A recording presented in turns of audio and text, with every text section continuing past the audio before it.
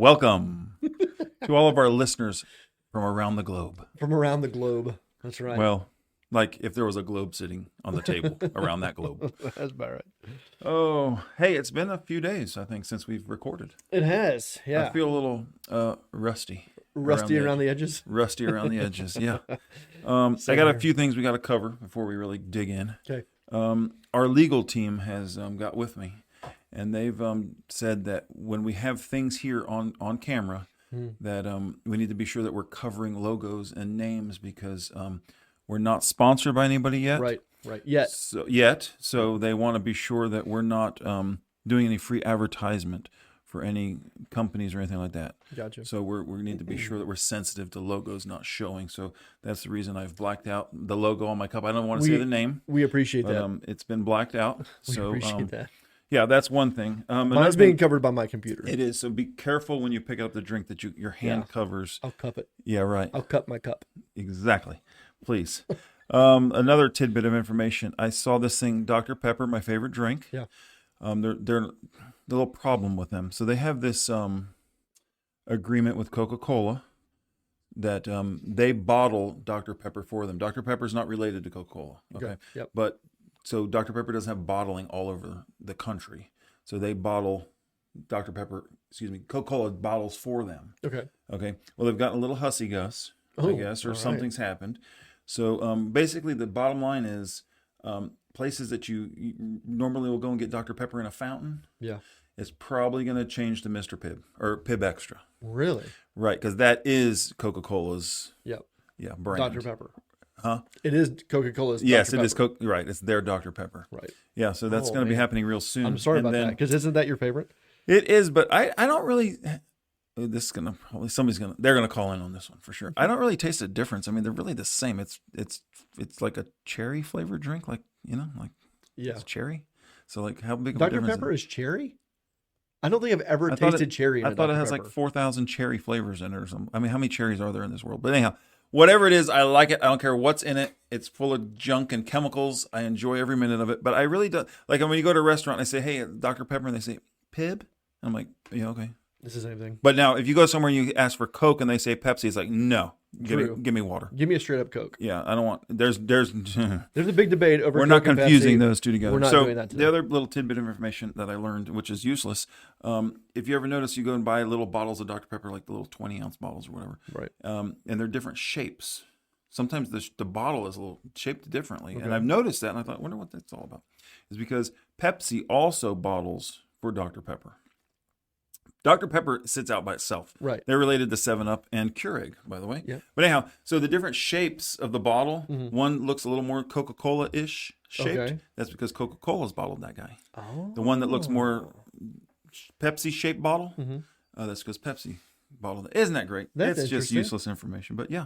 That's interesting. That's that's about all I have for you. Speaking of useless information. Yes. You got more? No. Okay. But I used to have a friend of mine. Yes. In high school, who he had a book of useless information that he would keep on the back of his toilet, so that whenever he would go to the bathroom, he would just sit there and he would read useless information. I need one of those. You do. But here's the thing. I'm so glad you mentioned the word toilet. Oh. Because I have another little tidbit of useless information that I wasn't going to use, but now that you've mentioned toilet. There you go. The average adult spends more time on the toilet than they do exercising. Oh. That's so true. They spend more time, than they do exercising. That is really funny. Yeah. I can see that. It's crazy. Easily. Yeah. Easily. Really. So I don't know if we need to maybe redesign toilets so that way we're in there doing whatever we're doing, we can also be exercising. Maybe. Okay, I got it. You make a rowing machine. You make a toilet that you can either, they got different models. Pedal. Right? Yeah, so like you've got the pedal, like the bicycle on the front, so you're sitting there and going to the bathroom, but you're pedaling at the same time. Right. That would be good. Until you decide to go out to the park and pedal your bicycle and think that you're on the toilet. Yeah, then we got problems. And then that's like the squatty potty. Squat. Get it? Okay, yeah. Anyhow, that's about all that I got. All right. I have one more, but it's actually going to work into when we dig in today. Oh, I can't. So I'm going to hold on to it. I can't wait to find out what that might No, it's possibly good. be. It's good. It's good. It's a good one.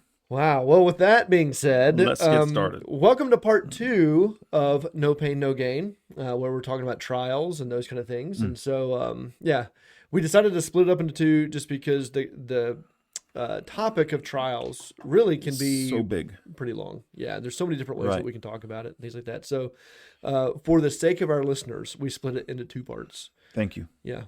They're all saying thank you. Yeah. Because I'm thinking if we didn't, it'd be like a 5-hour long podcast, and nobody's gonna listen to that. No. Yeah. If they did, they'd be like, "This is the last one." And I would have to edit it, and that's just exhausting. Yeah. And so, we're not gonna do that. So this is now part 2. A good call. Right. And so, since we're gonna jump into part 2, we just want to recap real quick part 1. Right. So in part 1, we talked about again the topic of trials. And the first thing that we kind of talked about was just the fact that everybody can relate to trials, right? Because everybody experiences them. And because we can relate to it, it creates a bond. Yes. Right. To where if you have a shared trial that you experience either with someone else or something very, very similar, there's an automatic. You're feeling their pain. Bond. Yeah, right? Exactly. You're feeling their pain. Really? Exactly. Because it's already there. Yeah. Which the encouragement in that is the fact that, okay, know that you are not alone in your trials, right? Because there's somebody else out there who's either experienced the exact same thing or something extremely similar to it. And so don't feel as though that you have to carry it all on your own. There's other people that you can kind of connect with, right? And be encouraged by. The second aspect was that trials are inevitable, meaning you're going to get them. You got to get them. They're coming your way. Yeah, they're coming. It's not a if, but a when, right? And how long? And how long? That's exactly right. But the encouragement towards the end of that episode of part 1 was that just as sure as trials are going to come, they're also going to pass. Right. It's coming. You know it's coming. You're in it. It's going to pass. And it's going to pass. It's going to leave some devastation. There's going to be some cleanup, and there's going to be some work, and there's going to be relatable trials, right? That's going to create bonds in those communities for sure. But the storm has passed. Yes. So that's our recap of part 1 of trials. Jumping into part 2 of trials, I've got a question to ask you. I think right here off the beginning. Okay. Do you enjoy taking tests? No. In school. Or period? None ever. No. So I'll just get this out there real fast. Okay.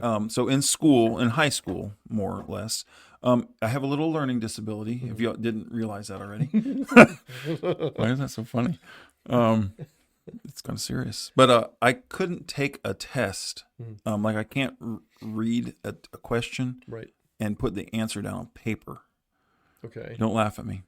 But if you ask me the question, I can tell you the answer. And it's called some big word. Yep. So I used to have to take my tests with my tutor. Like I'm talking like 11th grade, 12th grade. Right.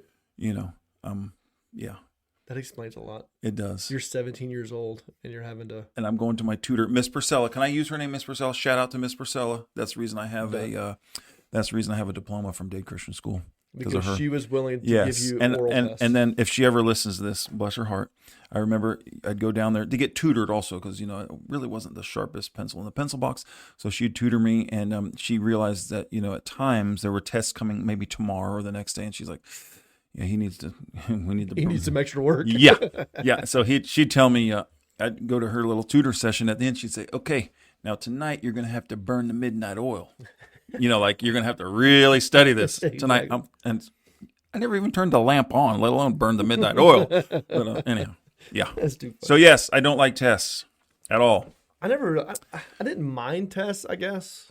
Like I had to work a whole lot to try and take those and do halfway decent. I remember one test in college that I had. It was a theology class. And the professor was notorious for giving extremely difficult tests.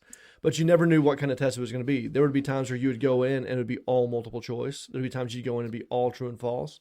There would be times you'd go in and it's all short answer or paragraphs. Yeah. Like you never knew. So you had to be ready for everything. All. I'm trying to think which one's the worst out of those you just mentioned. I think multiple choice. I really do. I always liked multiple. True and false because depending on the professor. It's a 50-50. It's a 50-50, but depending on how they word it, they may try and trick you. So I don't really like those. So I like multiple choice because I don't like any of them. It's like the power of deduction. Okay. But for this test, I was like, okay, I got to prepare really, really hard for this. And there was another student in that class who at that time was my girlfriend, who is now my wife. So let's get to the. Yeah. So I'm like, okay, I got to study for this. Good. Well, we didn't study together. Okay. We didn't do that. We didn't go to the library and study like that. Study. But instead, what I did is I went up to a classroom, like in the afternoon, evening, locked myself in that classroom, and they had like these big whiteboards. Okay. And I literally memorized the entire outline notes that he had given us in classes, and I wrote them from memory. Okay. Like, and I mean, I probably studied in there for probably about 5 hours. This is for a test? This is for just test. a test, not A an test. exam. Just not like the final deal. Exactly. Goodness For like gracious. 5 hours. And I had it down pat. So you're not as smart as I thought you were. Like, okay. I am ready for this test. So we go into the test, and I sit down, and we take it, and I'm like, I did okay on it. And I asked my girlfriend at that time, I was like, well, how'd you do? She was like, oh, I think I did okay. I'm like, all right. So then like the next class period, like the next week or whatever, we get the test back. I made an 87. Not bad, right? Well, for like 6 hours of studying, I should have made an A. My mom would have. But I didn't. My mom would have had a parade if I brought home an 87 on something. Okay. Yeah, but again, for the amount of time that I studied, so I should have gotten an A. Yeah. So I asked my girlfriend. Maybe you needed tutoring. Yeah, go ahead. Yeah. So I asked my wife, when she was your my girlfriend. Yeah, this is very difficult to do that. I was like, "What'd you make?" She made like a 98. I'm like, man. I'm like, how long did you study? About 20 minutes. See, those type of people aggravate me. Like they're that like photographic memory type thing. It's like I don't. Not that I dislike them, they just aggravate me because I'm like I could look at it 100 times and I'm never going to remember it. Yeah, I can memorize the entire outline and write it out verbatim on a whiteboard for 6 hours, but I make an 87, and then or they don't even look at it. I'm like, hey, did you study last night? No. Yeah, I got a 99. Yeah, okay. Yeah. Well, I didn't study either, but I got a 49. But anyhow, so obviously you've got learning disabilities. I do. I have some disabilities, and I'm like I can take tests, but I have to work really hard. Yeah. But were you ever like scared to take a test? Like, did you ever go? No, it didn't bother me because I mean I'm like whatever. Yeah. I mean, I pass. don't really care. You know, I was too worried about cutting grass, so I'm like, if I pass the geography test, who cares? You know, like okay, good. All I need to know is the geography of your yard. So I had to do a term paper. I'm gonna tell you, real quick. I had to do a term paper or whatever the things, research paper. Yeah, is that what they're called? Something like that. Oh, whatever. And so my friend graduated the year before, so she'd always give me her. She was a year before me, so she'd always give me all her stuff at the end of the year. Right. So she gave me all her stuff, and I'm a senior now. And so I have all her belongings, and I have her little term paper. So we had a different teacher. I had a different teacher than she did. I'm like in like Flynn on this. Yeah, nice. So literally verbatim, word for word, right? Just copied it, changed the name to my name, bing, turn it in. I'm like, oh yeah, I got it. Well, my teacher was a new teacher, so she was a little overwhelmed with grading all these term papers. I know where this is going. Yeah. So she, her supervisor had asked, I'll help you. So she graded some of the tests. Didn't know this at the time, but the supervisor was my friend's teacher from the year before. Oh. So time to pass them back out, Yeah. with the grades. And I'm like, oh, I can't wait. This is going to be awesome. Yeah. Good grade. Pass it out. And on there it says, this sounds familiar. Come see me, Mrs. So-and-so. The supervisor, which I was a friend of her because her daughter was in my grade. So anyhow, I go down there and to her office, the supervisor's office, and she says, "This sounds familiar. Should it?" I said, "Of course it should." At least you were honest. Yeah. She says, "Well, we're gonna have to give you a 0." I'm like, "You have to do whatever you have to do." Yeah. Like whatever. All right. Anyhow. That's don't like tests. Don't like any of that. But well, at least you don't have the fear of it. There's no fear because what's the difference? Who cares? Yeah. But I mean, there are people who literally do have a fear of taking tests, and like when they go to take a test, like they're shaking, they're sweating, like they completely go blank. No, that kind of comfortable stuff. as shoot. You're cool like, as a cucumber. Whatever. Yeah, whatever. Yeah, and there's some people too who like they excel in class, in studies, in subjects or whatever it is, until they have to sit down and take a test, and then it's like they completely forgot everything. My kids, like, they actually enjoy test days. Like we homeschool, but they enjoy test days, and I think they enjoy test days simply because it means they have to do less work. That's what it is during the day. Like both of my kids, I'll ask them, so how did school go? Oh, it was great. We had a test today. And they were excited about it because they're like, I knocked that out quick and we can move on with life. Yeah. They enjoy that. Yeah, no. Yeah. So I think with my kids, I think the struggle is more in the preparation, like all the other work they have to do to prepare for the test, you know? So like the struggle is in the preparation, the struggle is in the grind of just having to do, you know, those math exercises over and over and over again. And so then they hit the test and they're It's like, a breeze. that's a breeze. You know, that's not the big of a deal. You know, your hard work in the prep time enables you then to be able to hopefully go into a test with confidence and maybe even pass that test, you know, with flying colors, Right. you know, like we used to say. Like I think about even my son and I, you know, when we do Taekwondo, we have benchmarks, you know, at various points. So like both he and I, we're both black belts now. So now we just do, we have different benchmarks we have to hit until we get to our second degree. Okay. Before that, we had color belts, and so every single one, like you had to pass a test, or you know, you had to accomplish a certain amount of things, or whatever it is. But there are actual tests throughout that whole progression. So, like when you get to your blue belt, it is a pass-fail test, and so you have to do 3 different forms, both sides. You have to do 3 different board breaks. You have to do all of your self-defense that you've learned. So it's like a cumulative test. Wow. And it's a pass-fail, right? Yeah. Then even when you get to your black belt, you know, when you first test for your black belt, that's a pass-fail. So you have to go through everything and do everything. You've only got a certain amount of chances to be able to do your form right or to break the board. And if you don't, well, then you fail. And you go back. Start over. And you start over. And so one of the things that they always talk to us about is just the importance of, you know, all the work and the prep time that you're doing. Like if all you're doing is coming to class, but you're not working on it at home, you're probably going to struggle. So like burning the midnight oil. Burning the midnight oil downstairs in my basement doing Taekwondo forms. Yes. Saying, hiya! Yeah. You know, really, really loud. Actually, I don't do that at all. But at all those tests, like even at 41, like I get nervous going into those.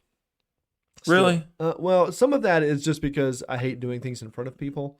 I don't enjoy being in front of people. That makes me nervous on a regular basis. And then if I have to do things where I have to like physically like push myself, that even makes you more nervous. It makes me even more nervous. I love all this. So now you're going to come to my next benchmarking or graduation so you can watch me sweat. You're going to see me. My forehead's going to be on the little window looking in like a parent with their child. But what's interesting in those though is you can always tell the ones who are putting in the effort and the ones who don't. Right? Especially the extra effort. Yes. Because hopefully you look like one of the ones that are putting in the extra effort. I hope so. Hoping. Yeah. Yeah, but you can, right? I haven't failed a test yet, so that's a good thing. There's a good sign. Yeah. But you can always tell who's putting the time in, who's doing the work, right? Who's doing the preparation before they have to test, you know? But what's interesting is if you put all that time and effort into it, when you go into your test for your benchmark or for your belt or whatever it is, you can actually go into that with confidence because you're like, I know this. I know it. I know this form like the back of my hand. I've broken this board X amount of times in class. I can do this. You know, and so then you go into that test, you know, that period of testing with more confidence because you're like, hey, I can do this. Even though I think the average person hates taking tests, tests are important, right? Because unfortunately, yeah. Because tests, they're supposed to be used as a measuring mechanism. Right? To kind of see, okay, are you progressing? Are you learning these lessons? Do you understand these concepts? Right? Those kind of things so that, you know, when you get there, you can pass. But if you fail, well, you know, you haven't mastered those things. So you got to go back and do it. We already talked I think in another episode about 6th grade. I took 6th grade twice. But, you know, you speaking of this, your hard work, and then I'm going to these tests. My older daughter, she did competitive gymnastics since she was like 3 years old for I don't know how many zillion of years. But she went to the gym, I think it was 5 days a week, you know, and you're working hard and you're working hard and you're working hard and you're practicing. So then when you get to those competitions, you can go in there with confidence, like you said, and you can perform well and do well. Yep. You know, I never asked her if she was ever nervous. She probably, with her carefree spirit, she probably didn't ever think about being nervous. She's like, I'm just out here to have fun. And when we're talking about trials, right? The book of James actually talks about this concept of testing, right? So James chapter 1, which is one of the main verses we looked at in part 1. James chapter 1, verses 2 through 4 says, "Count it all joy, my brothers, when you meet trials of various kinds, for you know that the testing of your faith produces steadfastness. And let steadfastness have its full effect, that you may be perfect and complete, lacking in nothing. It's that testing that it's talking about. Essentially, the trials that we experience in life are tests. Right. But the question is, all right, so what are we being tested in? Like testing of what? Our faith. The testing of our faith, right? Mm-hmm. It's exactly what the Apostle James says. Testing your faith. Do you really believe what you say you're going to believe? That's a challenge. And I think anybody who's ever experienced some form of trial, looking back on that, they can sit and say, yeah, I was tested whether or not I believe this to be true or this to be true, or whatever it was. Isn't it great to be able to, when it's over and you can look back and you can be like, oh, I see that. Oh, yeah. Oh, look, I responded well, or I did however, and it's like I passed in a sense, right? Yeah. But while you're in it, and hardly ever do you stop and think, oh, I'm passing. Yep. No, I'm just trying to live through this right now. Exactly. Pass or fail, I just want to be alive at the end of this. Yeah. Well, I mean, it goes back to, again, like the Taekwondo stuff, whether it's the blue belt, which is always one that's very stressful for people, and then testing for your first degree black belt. When you first get your black belt, that's nerve wracking. But what's interesting is you can see it on people's faces. You hear it from people in the crowd and the other candidates, that are there. Like when you pass, everybody erupts. And That's you're excited. Your face, like you got a big smile on your face. There's a sense of relief. All the different stuff. And your mom brought cupcakes for everybody. Amen to that. I love that. I love the thought too that there's younger people and folks your age and older, and all in one doing this. Oh yeah, that's so great. Oh, it's a lot of fun because then these kids are passing and then the adults are failing. Yeah. But all of those, I mean, they're tests, right? Not only to work through it, but for us in our spiritual lives, when we look at the book of James chapter 1, then we see, okay, it's the testing of our faith. It's a test of what you believe, because ultimately trials test our faith and our resolve. Mm-hmm. So first of all, the testing of our faith, okay, it is our faith. It's what we believe. And the question comes up sometimes when we go through those trials. Do I really believe what I say I believe? I can say I believe something all day, but when I'm finally hit in the face with it, I have to make like a conscious decision. Do I truly believe this? Do I truly believe this to be true? And there are times when you're like, no, I don't believe this is true at all. And so it reshapes what you believe or how you believe something. But then there's those times in life when you're like, yeah, I believe this beyond a shadow of a doubt. No matter what I'm experiencing right now in this season, this is still true, no matter what. In part 1, we were kind of telling a little bit of some of our backstory stuff, right? And so like this concept of the testing of our faith, do I really believe what I say I believe? It takes me back to when I left the church down in South Florida. I had like a week between resigning and leaving, and there was a whole lot of stuff that went on in that week. Like stupid, ridiculous amount of stuff that I'm like, really? All this all at one time? But I remember at one point I was really struggling with some stuff, and something happened in that week that really shook me. And I looked at my wife and I was like, I need to go out and I need to go work out.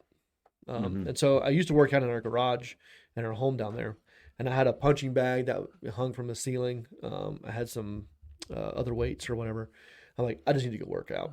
So I go out into the garage and I just start wailing on this heavy bag that I've got hanging from the ceiling, to the point where I hit it so hard so many times it ripped out of the ceiling and just fell. How about that? And which I was like, heck yeah, that was pretty good. Looking back on it now. Did you have like someone's face pictured on it? No, I did not. Okay. No, I didn't. Yeah, I would have. No, it was all mental. Okay. But you sucker. But no, another one to the head. Yeah. But I like went to town on that thing to the point where I knocked it out of the ceiling. To where my wife opened the door and she's like, is everything okay? And I'm standing there like straddling the heavy bag that's now laying on the ground, and I just look at her and go, I need to go running. And so I just took off running. Like Forrest Gump? Like that's bad. Like Forrest Gump. Yeah, just took off, right? Yeah. Now, let me just say, like, I was running on a regular basis. Right. It's not like I was just like out of nowhere, I'm going to go run. It'd be different like if I was the one that just said, I'm going to go for a run. I got to run. Yeah, it wasn't like an aimless run. Yeah, we better get rescue to follow. So I took off and I just started running. And while I was running, I was praying. I was, questioning God. I was arguing. I was, getting all those frustrations down. Like, what is going on here? And as I'm running, there were certain truths that came to my heart and my mind that basically I believe the Lord was asking me and testing me and questioning me. Do you really believe these things to be true? Do you really believe that I'm in control? Do you really believe that all these things that I'm allowing to take place in your life are for your good? And do you really believe that I'm good? Right? And as I was going through all that and just kind of processing it, and I was like, yes, I believe that these things are true. And there was a peace that kind of came over as I was running of it's going to be okay because these things are true. And it doesn't matter what I'm experiencing. It doesn't matter what I'm going through. It's not changing the truth of these things. You know what I mean? And so like I finished that, walked through the rest of not only that day, not only those immediate experiences that we were having, the rest of that week, and even a little bit into the week after, where it's like, it's going to be okay. These things are true. And to this day, I don't doubt those at all. Right. Like there's times where I'm like, God, I know you're in control. I don't doubt that, but can you throw me a bone? Yeah. Right. Like there's those types of times for sure, but I don't doubt the fact that God is sovereign. He's in control of absolutely all things. I don't doubt the fact that everything that we go through, no matter how good or how difficult or how bad it may be, He's allowing us to go through those things for our ultimate good, right? And I don't doubt the fact that God is good in and of him, like himself in his essence. He is a good God. No matter what I experience, I still believe those things to be true. And so, with that, as I was running and those truths just resonating with me, that was actually a message that I was able to preach on my very last Sunday at that church. There you go. Yeah. And the whole concept of that message was that everything that happens, God allows because He's sovereign, right? Everything that He allows is for my good because God is good. Yeah. And I was able to preach that the last Sunday that we were able to be there. Here's your final thoughts. Here are my final thoughts. Here it is. Yeah. Sign off, drop the mic, bye, walk out of the auditorium. Here's the keys. Bye. But that was an encouragement for me, and you're preaching to yourself. I was preaching to myself, Yeah. absolutely. That's what I needed to do. Yeah. And I think during that time at that church as well, I think all the people who were there needed to hear those truths as well. Whether or not it resonated with them as much as it did with me, I don't know. But there were truths that, hey, even in this situation that we're all corporatively walking through, like, don't forget this. Yeah. Like, these things hold true no matter what. But that's what trials do. It's a testing of our faith. It's going to test whether or not we believe what we say we believe. 2 summers ago, I had a pretty rough summer with dealing with some things. And I remember we sat up very late one night and worked through things. And because I was a lot of question. I was struggling with question, and I remember, you and I talked through things and helped me realize that, one, God is in control. Yeah. 2, everything happens for a reason. All these struggles and trials and things happen for a reason, and like you just said, at the end, God is good. Through all of that, but when you're going through some of that, sometimes it's hard to grasp all that and keep that in the forefront of your mind and truly believe that, because our good enemy, he does well with working you over. Oh, heck yeah. And getting you to the point where I don't know if I believe this anymore. Yeah. Right. Yeah. But I think that's where, again, like the name of our podcast is Stop and Consider. And the little catchphrase, I guess, is like, in a world that's always on the go, stop and consider, the wondrous works of God, or, these different types of things. But, you could even argue that same principle in the midst of a trial, because if your trials are similar to mine, which I'm sure they are, is that even in our trials, like, you're constantly on the go. Your mind is always spinning. You're always trying to process. You're always trying to figure out a solution. You're always trying to, you know what I mean? And there's times where it's like, hey, just even in the midst of that trial, in the midst of that storm, right? Okay, you're in the storm, the hurricane winds are blowing, the winds are, going like crazy. You've got the rain, the flooding. It's like, hey, just stop for a second and ask yourself, are these things true? So the testing of your faith, right? It tests our faith. It tests whether or not we believe what we say we believe, And so when we're in those trials, when we're in those storms, it's not a bad thing to wrestle with those, right? Because many times those trials are going to solidify what you believe, right? But at the same time, I think trials, they test our resolve as well. Mm-hmm. Are you gonna quit?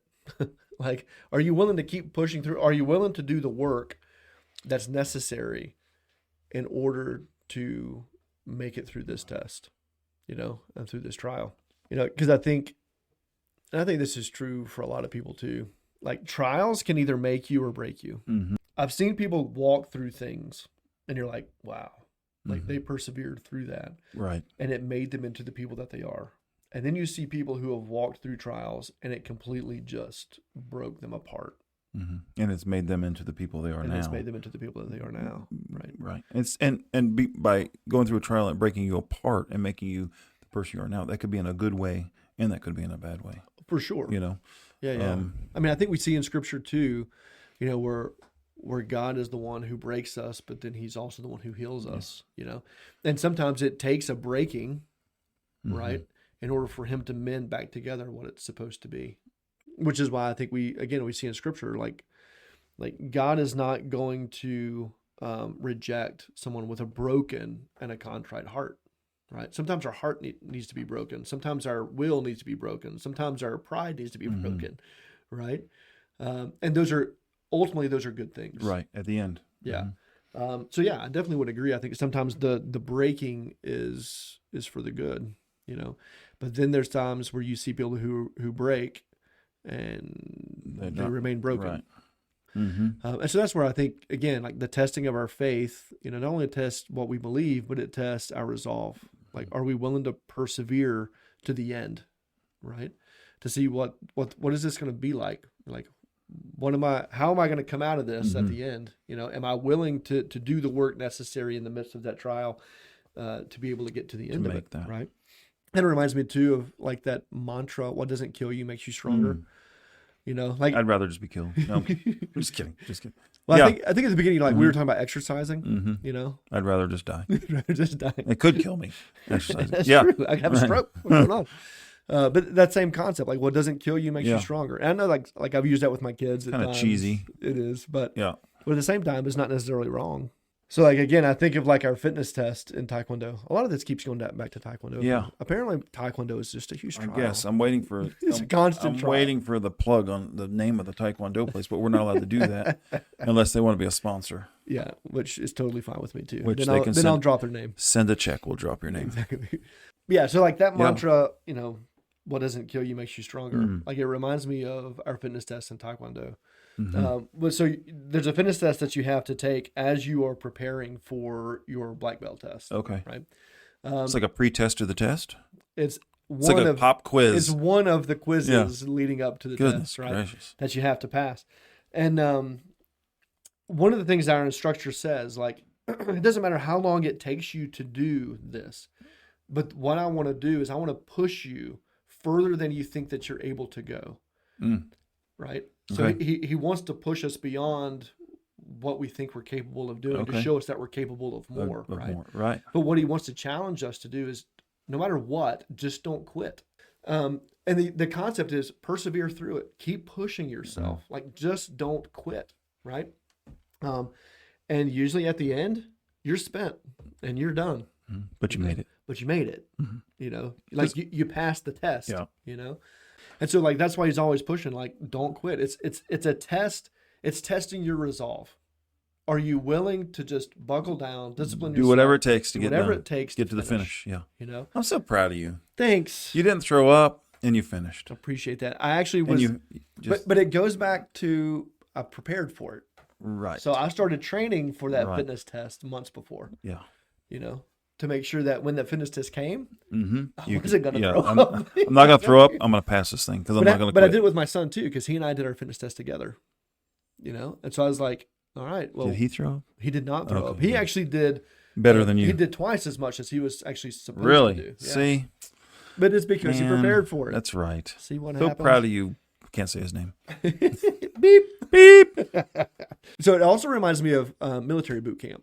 Like I've heard stories, at boot camps where, well, like the purpose, I think of one of the purposes of boot camp is that same concept is to literally break you. Yeah, just right. Beat Gives you you to your breaking point. Down to nothing. Exactly. Then you still have the will to live. Yeah. You got the will to go on after that. Okay, we're gonna beat you down more. Yeah. Yeah. I was reading something too just about soldiers, and it said the test of soldiers is not luxury but toil. Yeah. That's the test. What are you able to endure? Mm-hmm. What hardships are you able to endure? How far are you able to go? And so like you think about military boot camps and just the stories that come out of those of just the utter exhaustion, right? Just all the different trials that they put you through. And then I've seen videos where there's a bell that when you're done, just go ring the bell and you're finished, and then you're gone. Like when you give up. Yeah, like when you give up, go ring the bell. Can't do it anymore. And like I've seen videos of like somebody standing like a candidate and they just look spent, and they're standing in front of a bell and there's a drill sergeant just yelling at them the whole time to try to get them to keep from ringing the bell. Either that or just like do it, just ring it, do it, your whim. Yeah, like that kind of stuff. And then some of them you'll see ring it. Yeah. And then all right, they're no longer going to be a Marine or whatever it is, like they failed. Right. And then there's some who you just see all of a sudden like this renewed sense of, forget you, drill sergeant, I'm going to go prove you wrong. Right. And then it's such a mind game, so much of that, isn't it? Absolutely. Yeah. So the bell out front of the dining hall, if we ring it, that means we're done. Let me go. I'm going to ring it. Yeah. No, so much of that, going back to that, even in Taekwondo with you guys and in the military, it's so much mind. Yeah. It becomes, mind over matter. Mm-hmm. It does. It's so much, hey, this is going to hurt. This is going to sting. I'm going to feel horrible. I'm going to throw up. I'm going to do whatever. Mm-hmm. But can my mind get past all of that to get to the finish line, to get to wherever we're going? Right. Yeah. Which is a great correlation with trials, because so many times, when you go through a trial or a test or a storm in life or whatever it is, there's a lot of mind game that goes on with that too. Yes. And I think you were talking about just a little bit ago, like our enemy, like he wants to use those to mess with our minds, he does. Right? To mess with our hearts. Like he's the drill sergeant who's yelling at you, telling you to quit. Yeah. It's like him, our enemy is, where else is he going to mess with us other than really our mind? He's not physically here, he's not like, holding the door closed or something like that, no, you can't get out, whatever. But that's where he's going to mess with us, is in our mind. No, he does such a great job at it. There is, but you're right. Like there is a battle in our mind and in our hearts. I've had it, and he's going to work it, whatever he has to do, right, in order to get us to quit, in order to get us to give up, right, in order for us to say, you know what, no, I don't believe, God, that you're good. No, I don't believe that this is going to work out. Yeah. No, I don't believe that you're in control. Everything's blasted chaotic right now. This makes me think of just what we were talking about. It makes me think of a podcast I know we spoke of, making sure that we're in community. Because when you're in those times of the devil, the enemy is just working your mind over. Right. And then he gets you questioning. If you're not surrounded and you're not in a circle and you're not in a community, you need that to be able to take that thought, take those feelings, take what you're going through to someone in your community or your friend or something to help you work through that also. Yeah. That's a great point. I know we've talked about that before, but it just made me think again that, man, that just the importance of it. Because again, like if you've got, Satan, who is your enemy, he's going to be that drill sergeant yelling at you, go ahead and ring the bell, go ahead and quit. You can't do it. You're weak, and you've got that bombarding you all the time. But you need a community. You need somebody to come up and say, hey, you know what? Hang in there. Yeah. You can do this. Yeah. Just a little while longer. The storm's going to pass. Right. But if you're not surrounding yourself with a community where you can get some of that encouragement and all you're hearing is that drill sergeant, you're going to give up. You're going to give up. Yeah. When you're going through that, be sure that you're a part of that community so you can get that support, but also be that community so you can give that support to somebody else. Yeah. Because again, you've been trials are inevitable. They are coming to everyone. Yes. So be ready to help, and to be that encouragement. So again, trials and the testing of our faith is going to test what we believe, is going to test our resolve. And I think one of the best examples that we have in Scripture is Job, right? Out of the book of Job. Yeah. And it reminds me of two specific verses. One is Job 23:10, where he says, when God has tried me, I will come out as gold. Like, if we think about what Job went through, I would argue there's nobody else who's experienced the same things that that he ever experienced in the time in which he experienced it. Right. Like when you read the account in Job, it's like one messenger comes and says, hey, like all of your livestock has been slaughtered or taken away. And as that one is telling him, another messenger is coming up and saying, hey, just so you know, this took place. And as that one was saying, another one came up and said, hey, all your children died. You know, like one right after another. It's not like, hey, there were a couple years and this kind of passed. No, it's just like constant. Boom, boom, boom. Right. And then he loses his health. Right. And then he's got all these different things going on. But even in the midst of all of those things, and his wife saying, can you just curse God and die? You know, like she was the drill sergeant apparently. But even in the midst of all that, Job says, look, when he's tried me, I'm going to come out as gold. That would be my first thought. No. Right? Like after all of that, everything's died basically. Yeah. Nothing is going good for you anymore. Yep. Don't worry, I'm going to come out as gold at the end of this. No. I got this. Again, I think it goes back to what did Job believe about God, and about the nature of trials and tests, right? And he's sitting back going, okay, God has allowed this to take place. He truly believed that the Lord is that the Lord is in control, that the Lord is good, and that the Lord is using it to make him better. Right. All right, when he's tried me, I'll come out as gold. Generally that's probably not our go-to. No. And then it brings up that next verse, Job 13:15. Though he slays me, yet will I trust in him. Okay, even if he slays me, even if he kills me, I'm still going to trust him. Yeah. Even though you took this away, even though this happened, even though there's potential you could do this, I'm still going to trust you because I believe that you're in control, that you're going to work all things together for good, for my good and for your glory, and that you are good.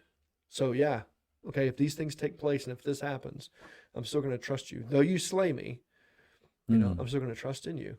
And the fact that Job was able to say that as well through all that, it's one of those to where it's like, okay, the trial, the test that he went through was testing what he believed and his resolve. And he's sitting there going, okay, I can endure this because I'm going to come out as gold. Yeah. I can endure this because I trust in the Lord and I trust in who he is. I mean, one little thing comes your way, not just your way, but our way. Yep. And we're like, we're thrown up in the trash can, ready to ring the bell and give up, right? That's right. But this guy has everything not going his way. Yep. And look how he responds. Yeah. And it reminds me too, I think earlier in the book of Job, where he says like the Lord gives and the Lord takes away. Blessed be the name of the Lord. Like he understands the gifts that I've received from God, as easy as he's given them to me, he can easily take them away. But I'm still going to bless him. I'm still going to bless his name. I've got a little funny with that. One time back in South Florida, I dropped my kids and my wife off at the airport. They were going to go visit her brother in Nebraska, and I wasn't going. And I'm very sensitive and very emotional, so I dropped them off at the airport. Of course, I wait until I can't see the plane anymore in the sky. The whole thing, right? So I'm driving back. I guess I'm going to work, and I'm driving on the interstate, and I have. At the time I had Christian radio on, and that song comes on. Oh, really? About the Lord giveth and the Lord taketh. I'm like, no. It's not the time right now. Not the time. My family's in an airplane. But anyhow, a little funny to that. But it's not a natural mindset. No. Right? No. So then being able to have that mindset is supernatural. Like it's a wondrous work of God that he works in us to be able to get us to a point where we can sit back and say, all right, you give and take away. Blessed be the name of the Lord. Even though you slay me, I'm still going to trust you. That when you're finished trying me and testing me, I'm going to be better than I was before. I'm going to come out as gold. Like that's not a normal, natural mindset. That's one that is Holy Spirit generated. Right. And I think as believers, we can be encouraged by that, that we can look at the trials and the tests that we walk through, and we can actually say those exact same things if we believe what God reveals about himself. We should be saying those things. Yeah. Right? Because hopefully we believe those truths. How do you enter a test with confidence? By being prepared. By being prepared for it. Right. Right. So what does that look like? Right. Like in order to walk through the spiritual tests of life, the storms of life, we have to do the work to prepare for those tests. Because just like we said in part one, you're either one of three places. You're either coming out of a storm, or in the midst of a storm, or getting ready to go into a storm, right? It's so encouraging. But that means like, we need to be always preparing and disciplining ourselves and preparing ourselves to walk through storms, right? So that means we've got to study the Word of God, right? We need to research. We need to commit things to memory, right?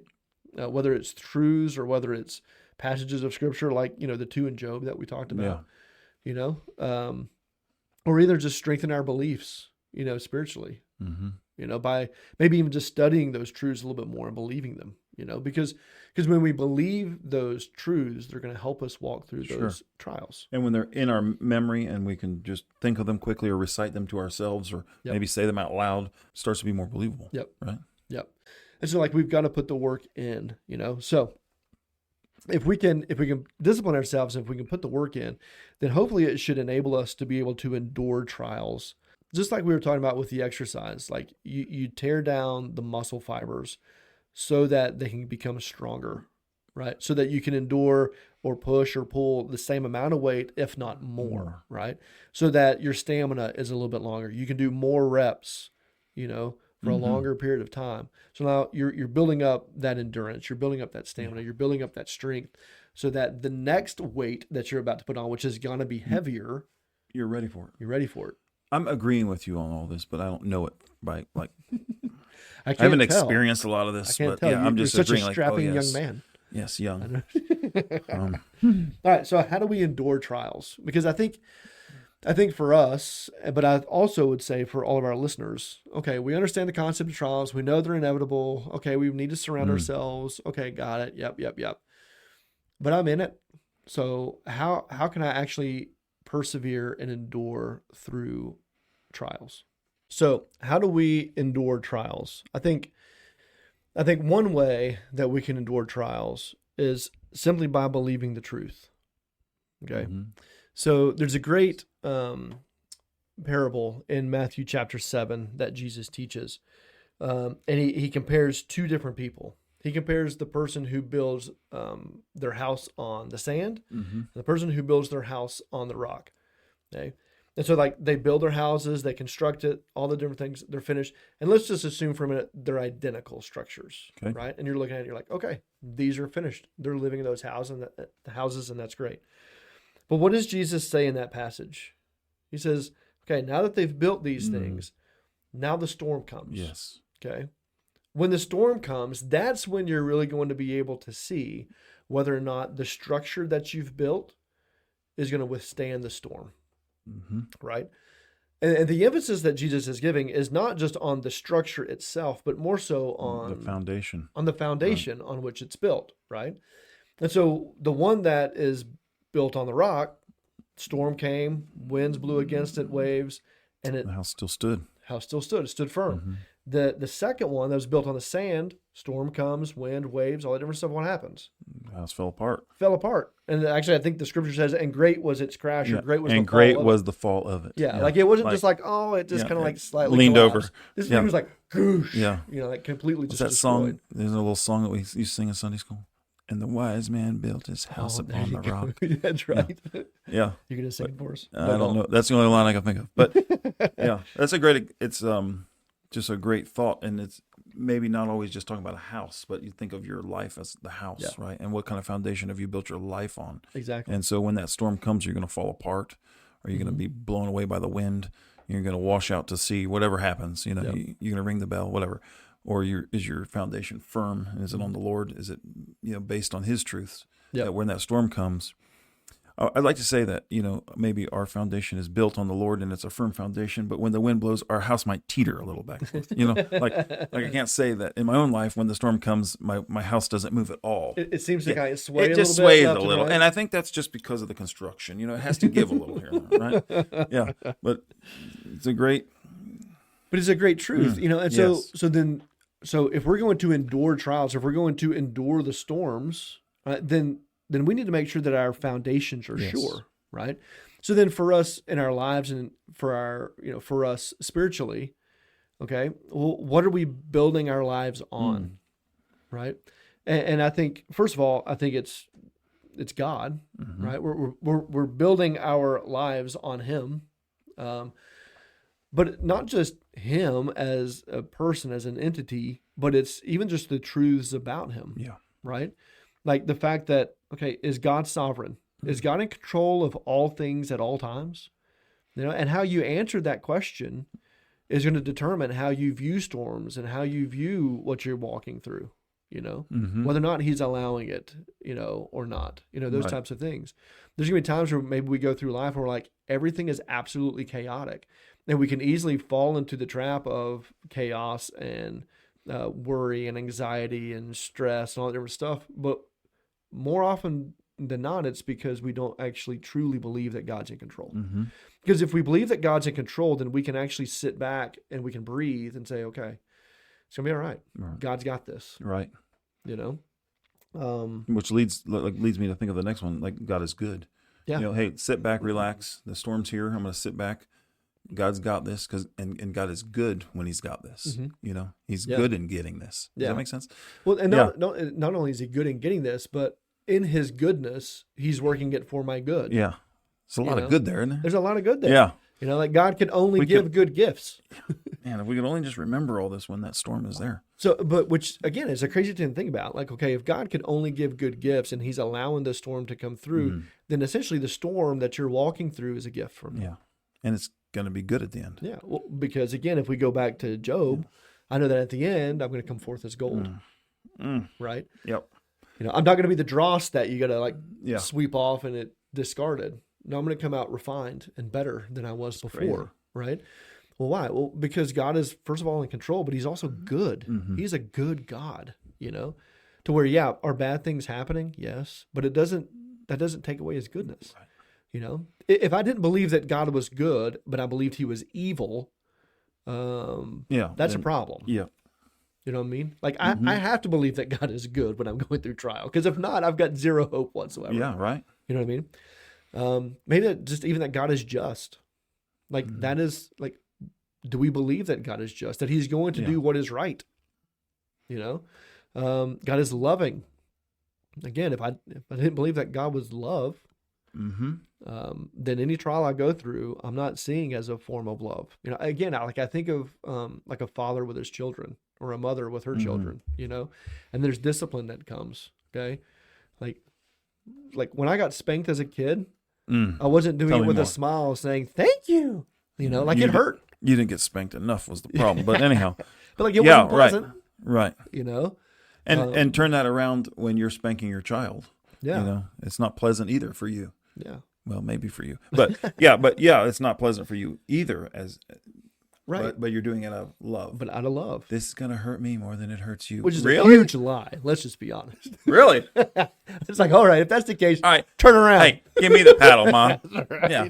Right. That's right. And a fly swatter or whatever it was. Yeah. But that's what it reminds me of, right? Yeah. Like God's like, no, I love you. And so I'm going to allow you to walk through these things because you need to learn this lesson, right?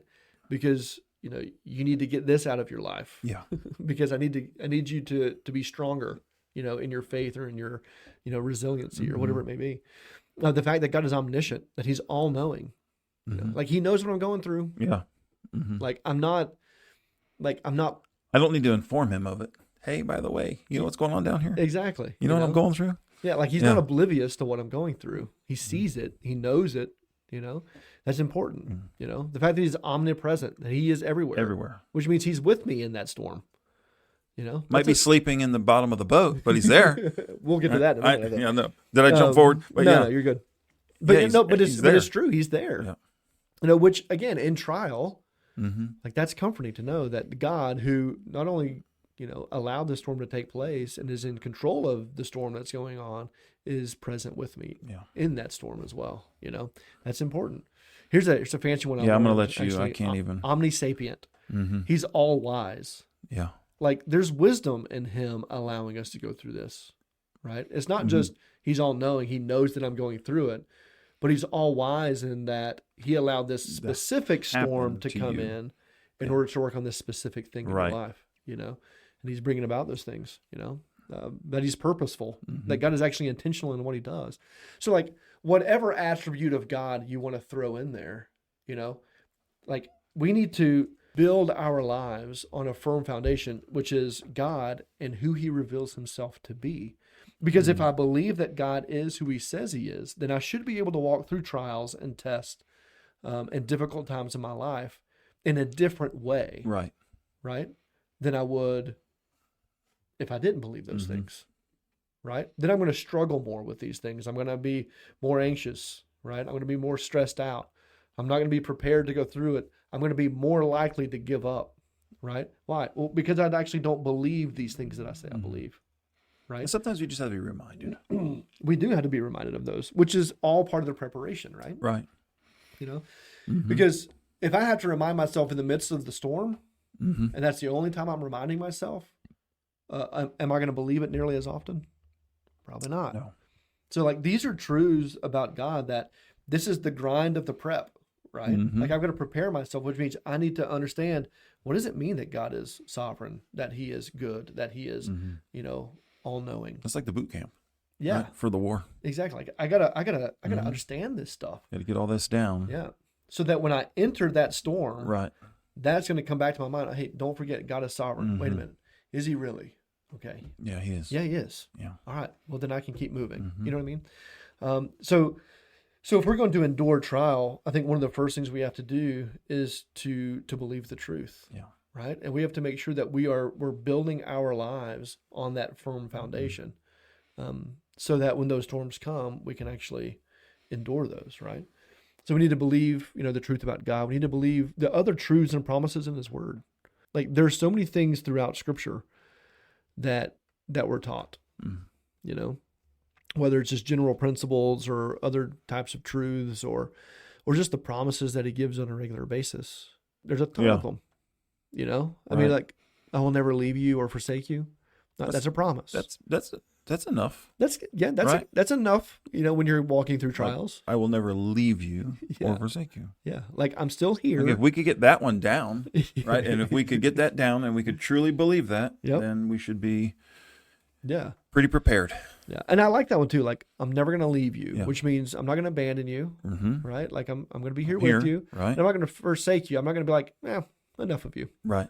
And cast you off, But again, like all of those things, not just who God is, but all right, let's take time to study the truths and the principles that are found in his word and the promises that he gives, because there are promises for everything. He's going to take care of your needs. That's a promise. If we actually knew what they were, hopefully we would be able to believe them as we're going through those trials.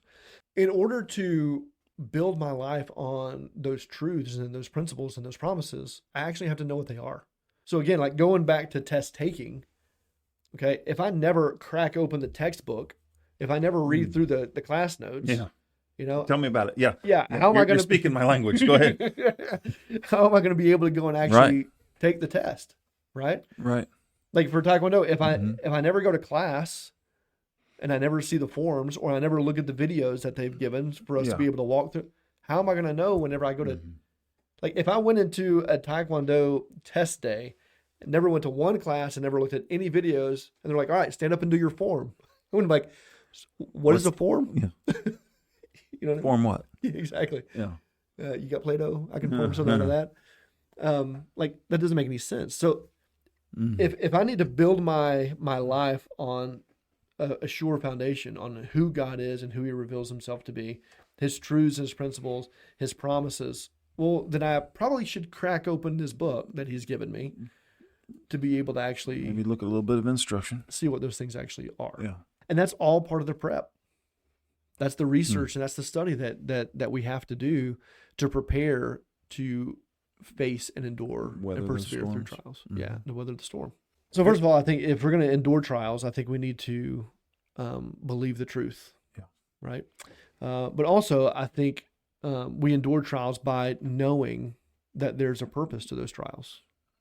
Like you go back to James chapter 1, And he says, count it all joy, my brothers, when you meet trials of various kinds, for you know that the testing of your faith produces steadfastness. Like there's a knowledge of, and even an experiential knowledge, of I know that if I can endure this and that if I walk through this test, it's going to produce this. And I think it's the same in our lives too. Like we know that the trials that the Lord allows us to walk through, there's a purpose to them. They're going to produce what they're meant to produce. Yeah. Now, sometimes you're going to take the test more than once. Sometimes you have to take 6th grade twice. Well, that hurt. Too soon? Yeah. Let's see. How old am I? When was I? How many years ago was I in 6th grade? I can't do math, so I can't figure that out. Just remembering, keeping in your mind that there's a purpose to these trials. Yeah. There's a purpose to these storms. Probably not a good time to talk to people about this hurricane and tell them, hey, there's a purpose in this storm you're going through or just went through. But there is a purpose in that storm. And speaking of being prepared for those storms, it made me think of hurricane and getting prepared, as you would prepare yourself for a hurricane because it's coming. Well, same in our own life. Let's be sure that we're prepared, be sure that we're doing what we're supposed to do, and because that storm is coming. Yeah.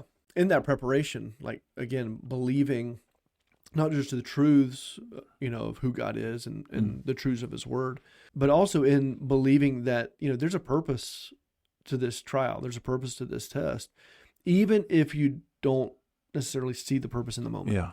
Naturally, when you go through a trial or a test in life, you are more blinded by the circumstances that's taking place than you are trying to siphon through those circumstances to find the purpose.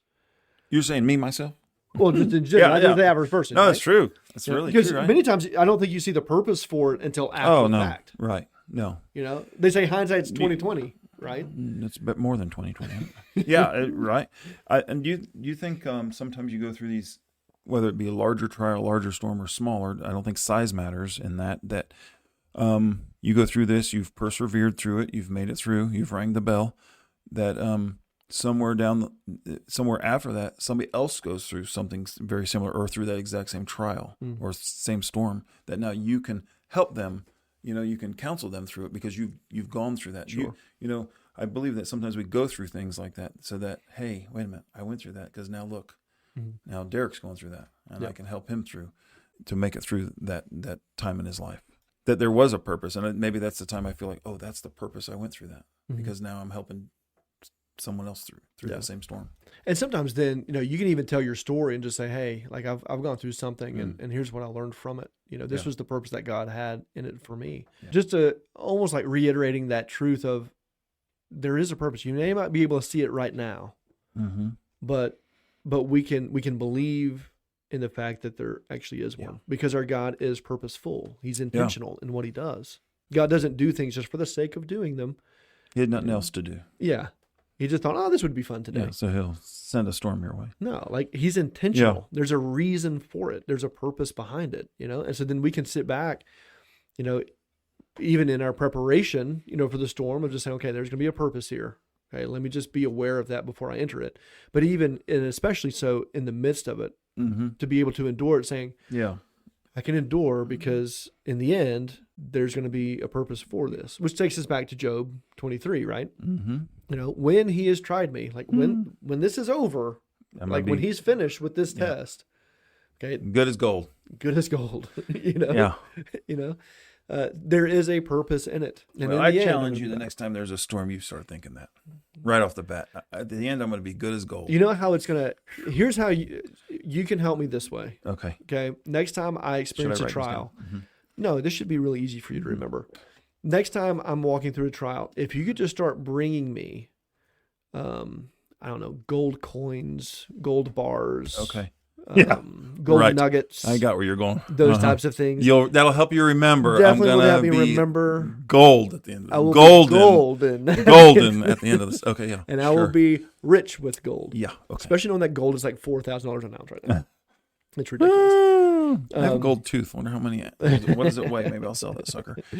But I think another great example, other than Job, I think the second one. I think there's always two people that come to to our minds scripturally when we think of trials. And that's going to be Job Joby and Joseph. Joseph. Yeah. Did you say Joby? Joby. It's like, because we're on first name basis. Oh, okay. Joby and Joseph. Well, he's been dead for like 5,000 years. But, It's okay. but like Job and Joseph, I think those are the two. Like, and you think about Joseph's story as well. His brothers fake his death because they hate him and they want to kill him.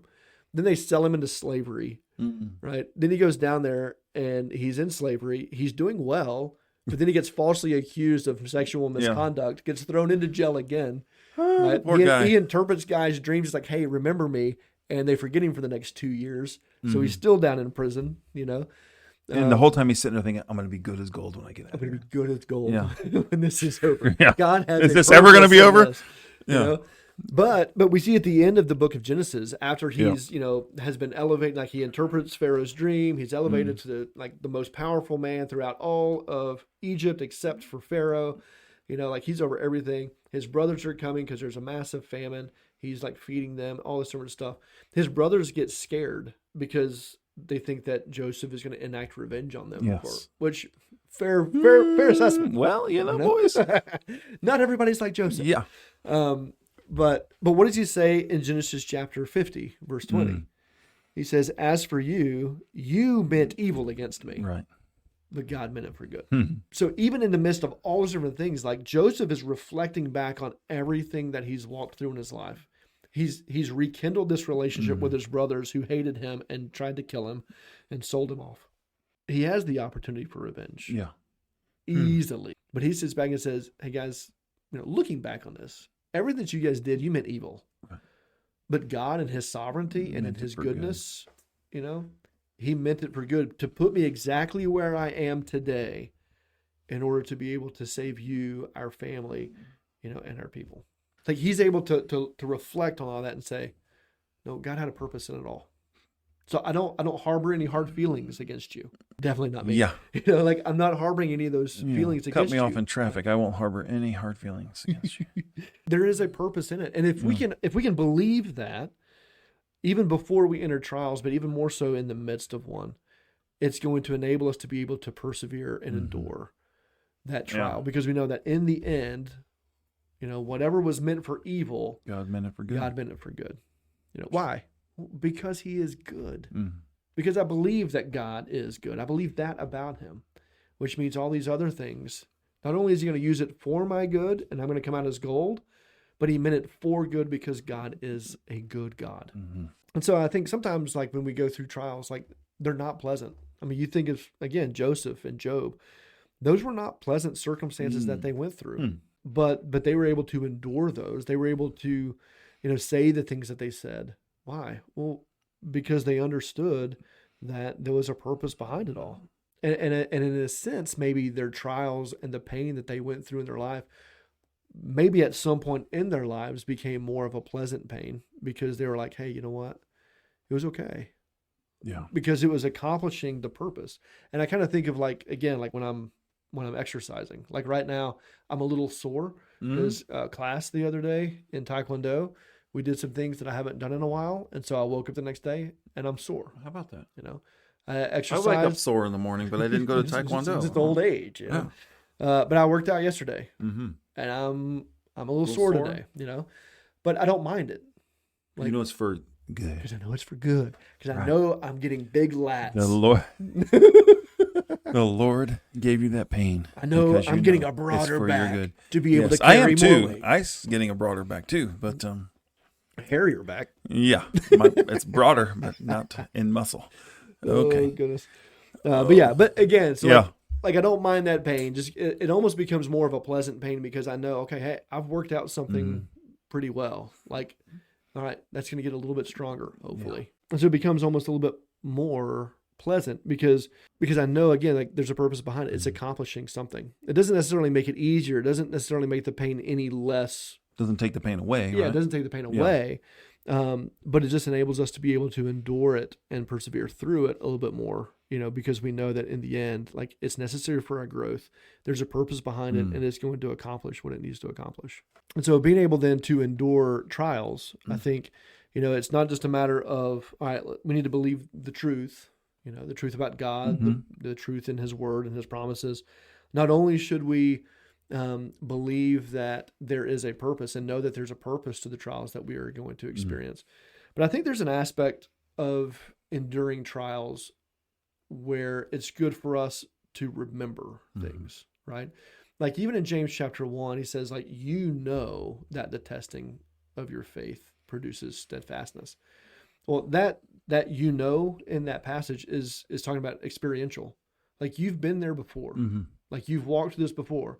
And you know, based on the last couple times, this is what it produced. And that was a good thing, right? There's an aspect of recalling and remembering certain truths or certain experiences to help us endure in the current ones. Yeah, right. So there's a couple things that I think we should remember in trial. One of those, I think, obviously the last 2 points, right? Remember, the truths. Remember what you believe, why you believe it. Remember that there's a purpose. But also, I think, remember that you're not alone. It kind of goes back to what you talked about earlier, a previous podcast, No Man is an Island. Like you're not alone in your trial. It's relatable because, well, everybody experiences trials, so remember that you're not alone. Not only because God is with you, he promises that, right? I'll never leave you or forsake you. But even more so, there's others around you. Yeah. You don't have to walk through it alone. Maybe remember that God is with you in the storm. He's not outside the storm kind of watching, be like, well, good luck, kid. You go. Like he's in the storm with you. Again, it goes back again to like the account that you referenced. Yeah. Where the disciples are on the sea and the storm comes. Yeah. They're freaking out. And what's Jesus doing? Down there sleeping. Yeah, he's down in the cabin taking a nap. Yeah. And but what do his disciples do? Like again, like they're panicking. Yeah. They're flipping out.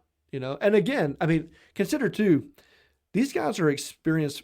A number of them are experienced fishermen. This isn't. They've been out there in a storm before, obviously, right? This isn't their first rodeo. They kind of know. If they're to the point where like we don't know what to do, we're gonna die. And then they go to Jesus and he's sawing logs, down at the bottom. I love it. And keep in mind too, in case you don't realize this, they're not in a cruise ship that's 1,000 feet long and 200 feet wide. I mean, they're in a like a little fishing boat. Yeah, probably a little wooden, who knows what, hollowed out log or something, hollowed out palm tree. I don't know. Log. Well, like they carve out the palm tree stump or something and they're floating along out there. I mean, they're not in a little bit better than maybe 2 palm trees, but they're not in a large boat. No, they're not. Yeah, they're not. Probably pretty easy to capsize, or just fall apart. Exactly. Yeah, right. But so that's enough to be scared, make you scared to begin with, right? And I can get you're not in a substantial structure in a sense. Here's what is interesting to me about that story too. Now that I'm just kind of thinking about it a little bit more, is that they knew that Jesus was with them. Yeah. But at the same time, they didn't know that Jesus was with them. Right. You know what I'm saying? There he is. Wait a minute. But wait a minute. How is that helpful to me? That's not helpful. He's sleeping. Yeah. Yeah. But what's crazy is like they didn't have, and we can knock them for it, but we're just as guilty. We do, right? Like we walk through storms and forget that Jesus is with us in the storm and what he can do. But like they didn't know Jesus well enough. They didn't believe who he was enough to be able to say, hey, you know what? This is a rough storm. Go wake Jesus up and be like, hey, bro, can you come out here and help us out real quick? They're freaking out. Can you dial it back a little for us? Yeah, exactly. Since you're the one that created this storm? Right. Yeah. And they go down there like, do you not care that we're perishing? I love it. So it's like they knew that Jesus was with them. Jesus just kind of rolls over and like, it's all right. And he's like, go back to bed. Yeah. He goes back. Give me in 5 minutes. Yeah. But, love it. Hit the snooze button. But again, so like they knew that Jesus was with them, but they didn't know Jesus was with them. Because I think for me, what always blows me away about that account is Jesus is the creator of all things. Like he created the storm that came up. Even while he's sleeping, he's creating the storm and he's in control of the storm, even while he's napping. Yeah. Right. But like he's in control of all those different things. And so then when they come and they wake him up because they're freaking out, he's like, why are you so afraid? Like, do you not realize who I am? I'm with you. Do you not realize that I created the storm? Yeah. Do you not realize that I'm controlling it? Do you not realize that I can stop it at any moment? But I'm going to keep it going so you'll learn a little more. Do you not trust that I'm going to protect you? Yeah. Like those kind of things. You know, and he's like, "Oh, you have little faith." You know, and all he does then is just, "Hey, peace be still." All right, boys, we're done. Like, let's go. But it's one of those things again. Like, remember that God is with you in the storm. You know, because we live in a world that's always on the go.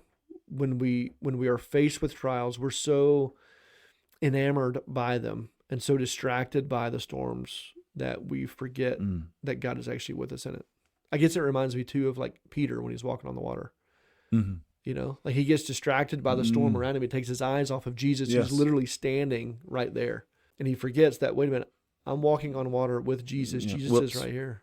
But I get distracted by everything else, and now I start to sink. You know, and he calls out, "Lord, save me." You know, and Jesus is like, "Oh, you have little faith." You know? Whoops. Did you not remember that I'm standing right here and It's I like, can do this? I'm thinking like, I see Jesus is with us. We see him there, right? I mean, we don't see him there, but they see him there. But it's like, okay, he's here, but he's not helping. Yep. You know, you're not doing anything about it. Like, you know, if we're in a trial together and you're just hanging out, it's going to be okay. Well, you're not helping me with the trial at the moment. Yeah. You know, or at least you don't you're think he here, is. thank you, but I don't feel like you're doing anything. You know, But I think that's the thing. I don't feel like you're doing anything. But the fact is, even in his sleeping, he was doing things. Yeah, he was protecting you. You know, he was actually keeping the storm reasonably at bay. Yeah, if you thought this one was bad, completely go. You know, right? Because the fact is, like, Jesus can handle himself. Sure, like, without you. You all can drown. He's going to keep walking on the water. Right. He's going to walk on out. He's like, "See you, fellas." Yeah, as you're drowning, bye. Exactly. Like, even while he's sleeping, he's not doing nothing. Yeah. That's a double negative. But you know what I'm saying? Yeah, he's still working. He's still working. And even though you may not feel as though he's helping you out in this situation, even though it doesn't feel as though he's in control because everything seems chaotic, even though you don't feel like you're going to get better, but you're actually, even if you feel like you're about to quit because you can't, you know, withstand anymore, you're at your breaking point, you know, and we're like, "No, you're not doing anything to help me." He's like, "Actually, I'm always doing something to help you. You just don't recognize that I'm here with you, helping you." It reminds me of an old classic poem. I think I'm gonna read the entire poem. Are you? Is that too? No. Let's do it. Too traditional? I mean, you do it. Okay. So maybe there's people who are listening who have heard this poem before, or maybe they've even seen it on a wall. It's usually like framed. It's usually framed, and I'm gonna be honest, where you usually see it, it's weird, in a bathroom. I don't know why. That's where the struggle is real. Yeah, because you're in there alone. I don't know. That's right. Seriously. All right. So, anyways, it's a sorry. It's a poem called "Footprints in the Sand." Yes. All right, here we go. I'm going to read it. One night I dreamed I was walking along the beach with the Lord. Scenes from my life flashed across the sky. In each, I noticed footprints in the sand. Sometimes there were 2 sets of footprints, and other times there was only 1.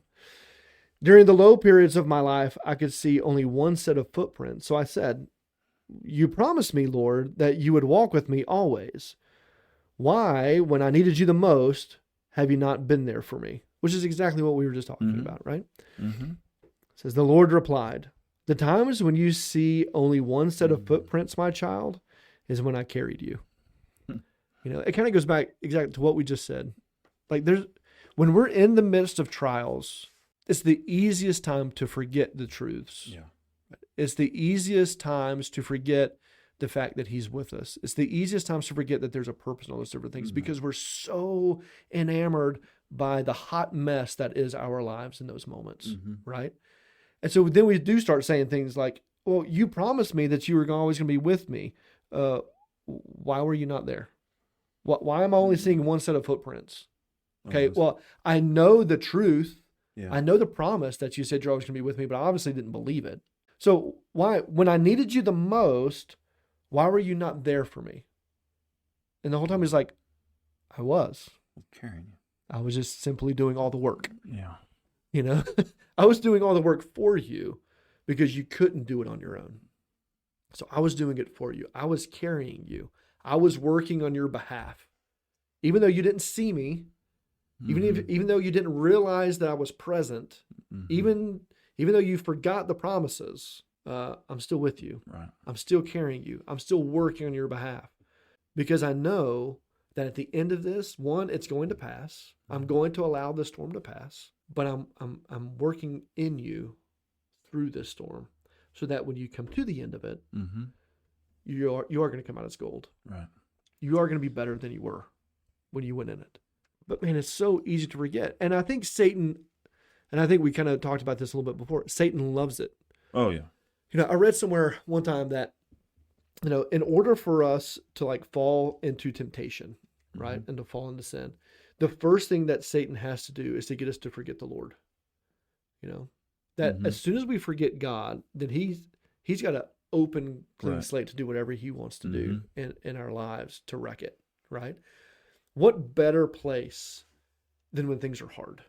Yeah, right. Because you're already questioning. Yeah. You're already doubting. You're already, wrestling with things. And he's like, all right, I'm going to use to forget all this different stuff, because then I can wreak havoc in your life, But it's like, man, if we could just prepare ourselves for these trials beforehand, if we could be actively building our lives on a sure foundation, when we walk through those trials and those tests and those storms in life, it's not going to be hopefully as easy to forget the Lord or to forget his truths and his promises, the fact that he's with us.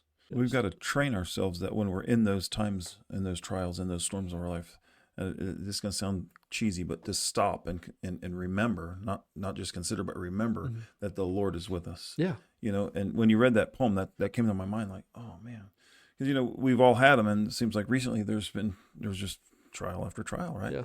And we get, like you said earlier, we get so enamored or caught up in that trial and all the ruckus of it. Wait a minute, just stop, and remember these truths. Yeah, that these truths, the Lord is there. Oh yeah, and by the way, I'm carrying you. Yep. That needs to be chiseled into our brain, because really, and I'm so guilty of that and some of these trials are so stupid. When, at the end, once you come out golden, or maybe just come out polished silver, or maybe even a bronze. But you know what I'm saying? You look back and you're like, this was so dumb. This was so petty, some of it. But when you're in it, you're like, this is the mountain. Yeah, right. Yeah. And he's like, no, it's a molehill, actually. Really? Maybe not even a molehill. It's an anthill. This is a small storm in a small boat here, okay? Yeah, like you're going to be all right. Yeah. Not only is Jesus, or is God with us in the storm, but he is also our refuge in the storm. Like he's the place where we can run to. He's with us in the storm, but he's also where we run. Yeah. But I don't know, there's a part of me, I guess, like I just got this image in my head, like he's with us, the storm is coming, and he's the one who like takes his jacket and puts it over us. Yeah. To protect us from it. Because I think you see imagery of that, like when we're hiding in the shelter of his wings.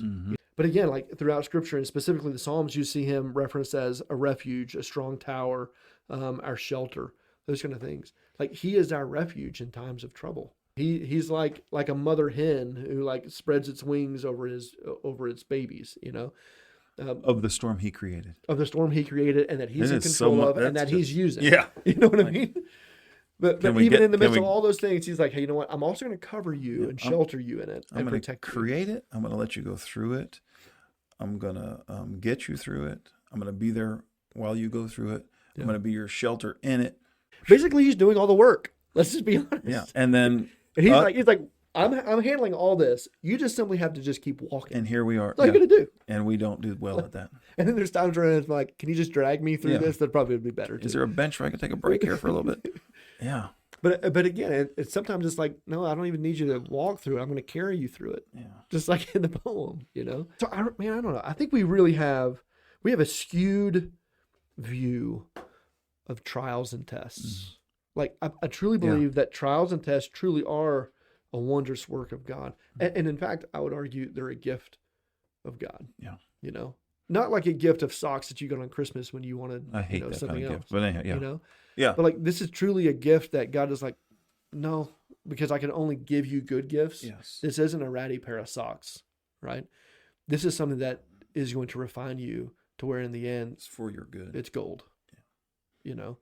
And I think we just have such a skewed understanding or belief in trials, which is why trials mess with us so much, because we don't view them the way that we're taught in Scripture. Yeah.